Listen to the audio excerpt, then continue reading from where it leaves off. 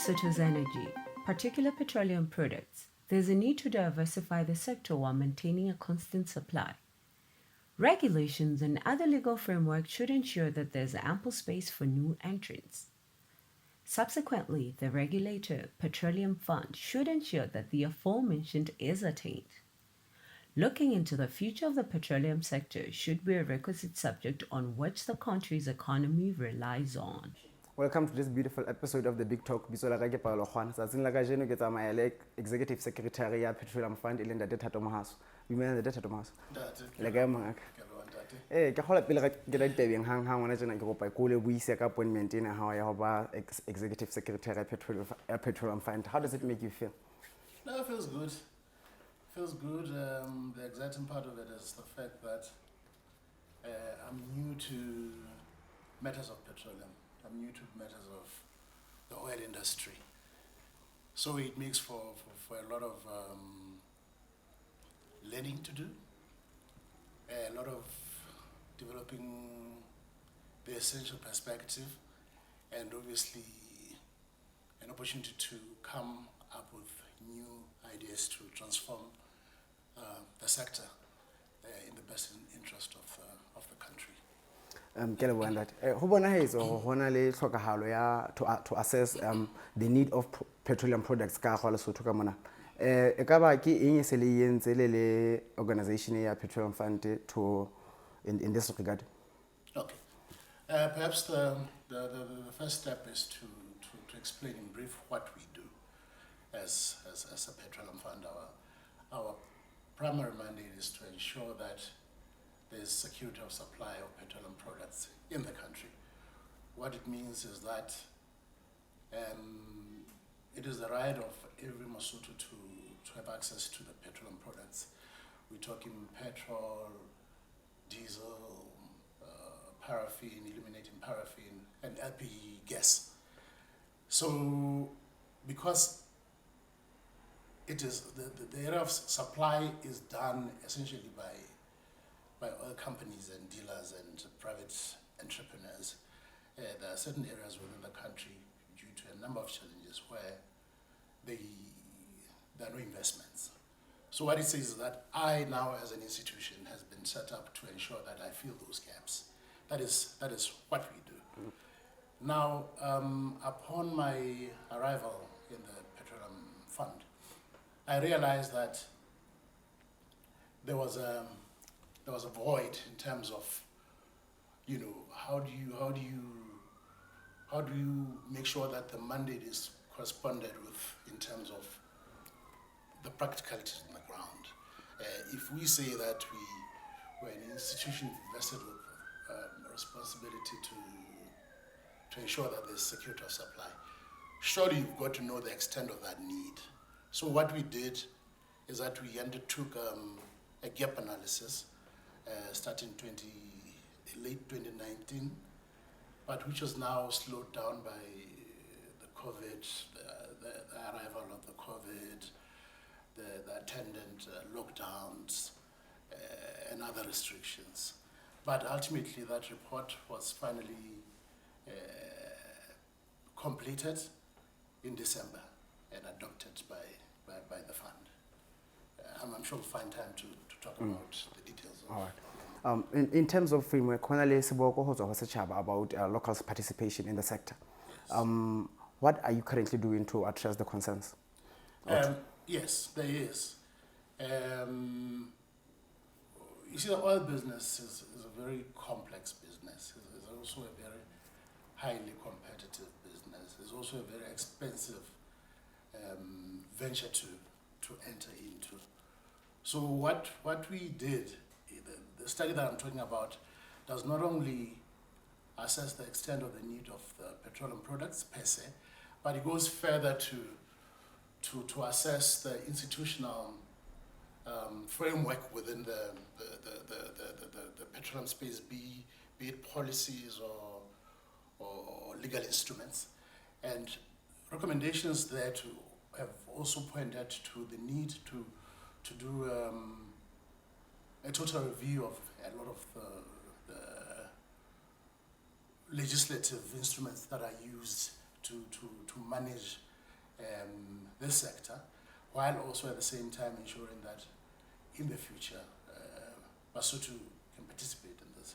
So there are recommendations in terms of what can be done. For instance, there's a need to review the licensing requirements for certain categories of businesses within the sector to be dedicated exclusively to ordinary Lesotho. For instance, you see a lot of, and I'm being open and frank about it.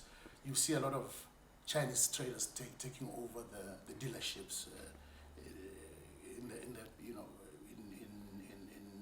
petrol stations, and we feel that that should be an exclusive area for Lesotho. So we're going to try indigenous Lesotho, for that matter, indigenous Lesotho. So yeah, that's part of what we've done. So in terms of diversifying the sector, particularly products, what do you think must be done?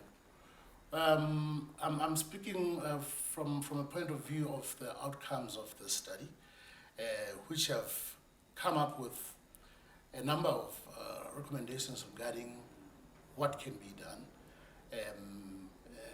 Because what we do, as I said, we're looking at issues of security of supply, but back to back with that, we're also looking to see how Lesotho can also participate successfully in this sector. The study has pointed to the need to come up with it has recommended a number of projects. One of them is what we call a SIPS. SIPS is a central information and procurement system. The purpose of that is it's a computerized system through which we'll be able to record volumes of imported products, and also report now how much of those volumes are distributed and to which places within the country. That is going to help us to track the amount of supply from time to time. Not only that, it is going to help us also to verify the correctness of the levies that are remitted to the fund. We will be able to compare what the companies are remitting to us against what the SIPS has recorded. Secondly, they have recommended that we set up mobile filling stations. Before Ozola Piling ke botsa potso ena hanya. Kutlwa o bua about centralized procurement and information systems. How is this going to work for people in the rurals? Information because I feel like if it's centralized, it means information No. It's going to be a system that will help us. This is what will happen. Okay. This is what happens. When the volumes are imported into the country by oil companies, and they distribute to the dealers, and then the products are sold. Within that price, within the price of every liter of any product, there are levies that come to the Petroleum Fund. There's VAT that goes to the Lesotho Revenue Authority. There's levy that goes to the Road Fund. There's petroleum levy again that goes to the Ministry of Energy, etc., etc. But in terms of, and these levies are set at different levels. Each Petroleum Fund gets a certain amount, Road Fund gets so on and so forth.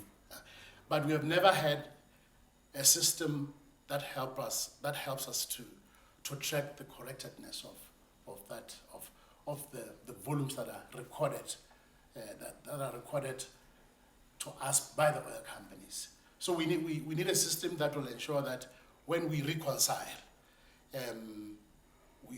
we come up with the correct amounts of products imported. That's number one.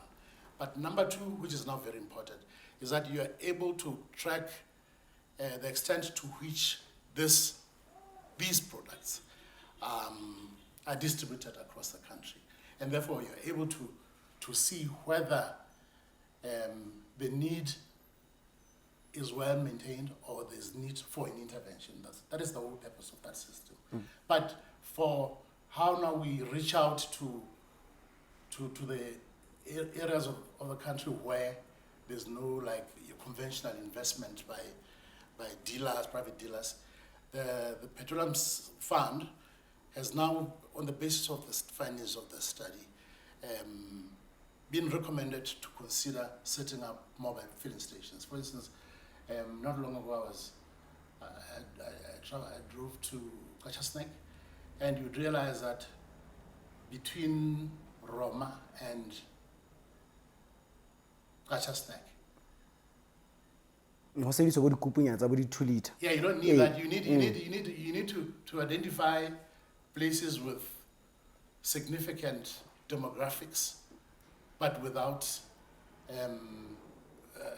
proper supply of those products, where naturally your investor would feel like return on investment might not be possible, because investing in a filling station is not a small venture. It's a big feature.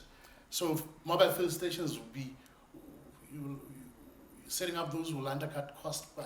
Kopa, before how work out mobile filling station, how the mobile filling station ita ka khola Roma how work Roma but Roma how fihla gating national university of Lesotho mo hona le bontate mo no be leng re ke nga ba latile petrol bo hamaghalanyane mona ha ba ke force ka bo masiru mona, and then they have it bottled. I feel like essentially the player ka oil ka petroleum sector.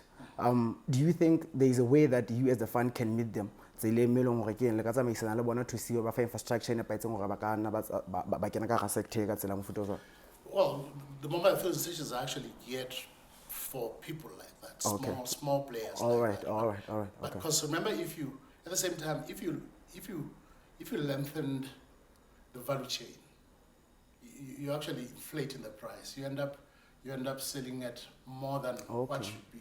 So it's important that while we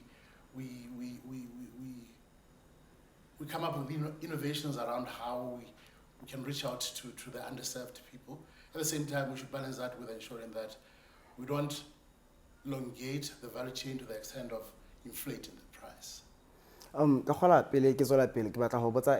personal question. A friend of mine, Togama Silwan, critically your study, the sample that you used is too small to represent the whole country. What do you say about that?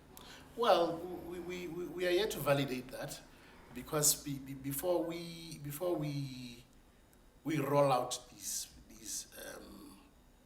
projects, we're going to do feasibilities, which is going to be the second phase now.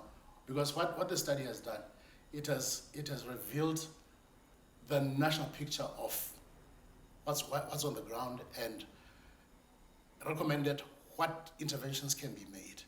But before, it hasn't actually said these particular places is where you can roll these things out. You still need now to as part of validation, to undertake another feasibility study in a bigger scale.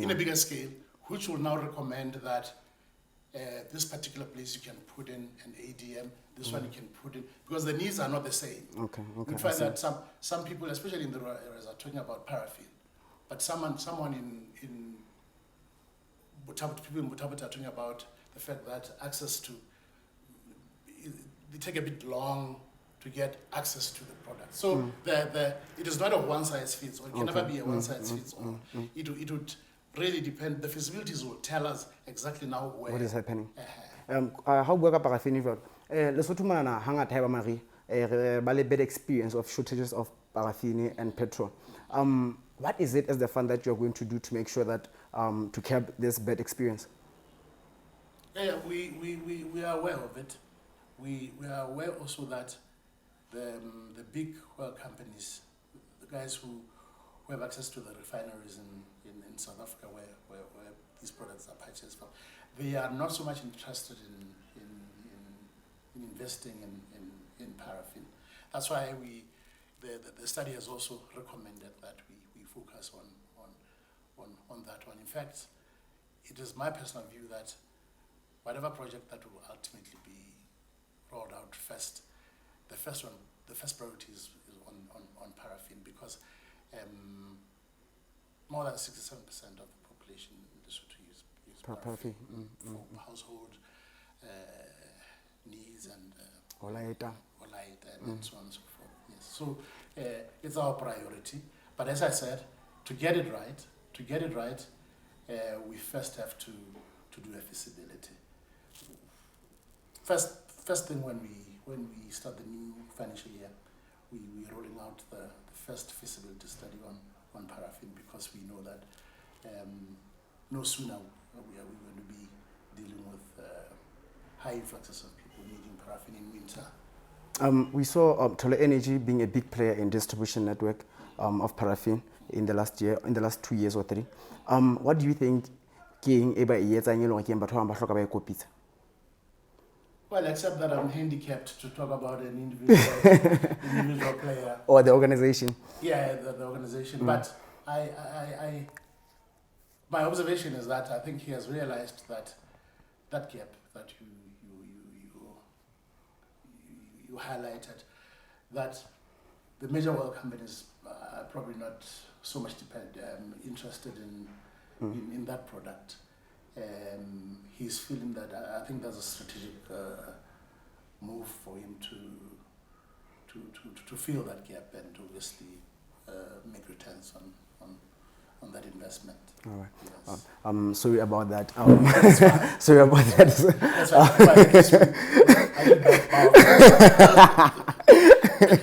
why there's a perception around your institution that you have failed to regulate the sector. Yes. How are you going to address these concerns? Well, this matter is on the table between us and the Ministry of Energy and Meteorology. The truth of the matter, and it comes out quite glaringly in the you probably have seen in the article that I've mentioned. I've made a mention of almost all legislative instruments within the petroleum sector which need an overhaul. As I said when we started, there's a need to urgently review those pieces of legislation to bring them in line with market trends and global oil dynamics and modern times. Not only for purposes of strong, rigid regulation per se, but also to unlock potential for investment, especially local participation, and ensuring that we become a good environment for trade and development, for stimulating the economy, So we stand accused on that, but as I say, we are in constant discussions relating to how we can speedily review those pieces. Youth unemployment. One of the issues that we discuss in this show that we make sure that we never miss is unemployment, because it's a crisis in this country. Your sector can do, or what strides are you willing to do to make sure that unemployment? Well, except I'm also again talking at the back of a disadvantage as a country, that we don't have refineries. First of all, we don't have oil wells. Secondly, we don't have refineries. We are but consumers. So the space for stimulating the economy, creating jobs is very limited, really. But as the Petroleum Fund, some of the projects that we have been recommended, one of them, they call it internal distribution networks, which is essentially that I talked about. This internal distribution network is focused directly on the transportation of products within the country. We feel that needs to be an exclusive area of play for local people. That's one of the reasons. We also feel that even all these other projects that I've talked about, I've talked about mobile filling stations, I've talked about automated paraffin distribution networks, all those, we feel that they should be an exclusive TEF for indigenous Basotho, as you said. Public engagement ke taba bohlokwa haholo on how the fund will work.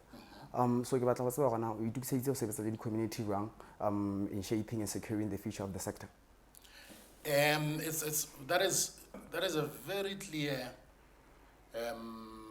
mandate that government has given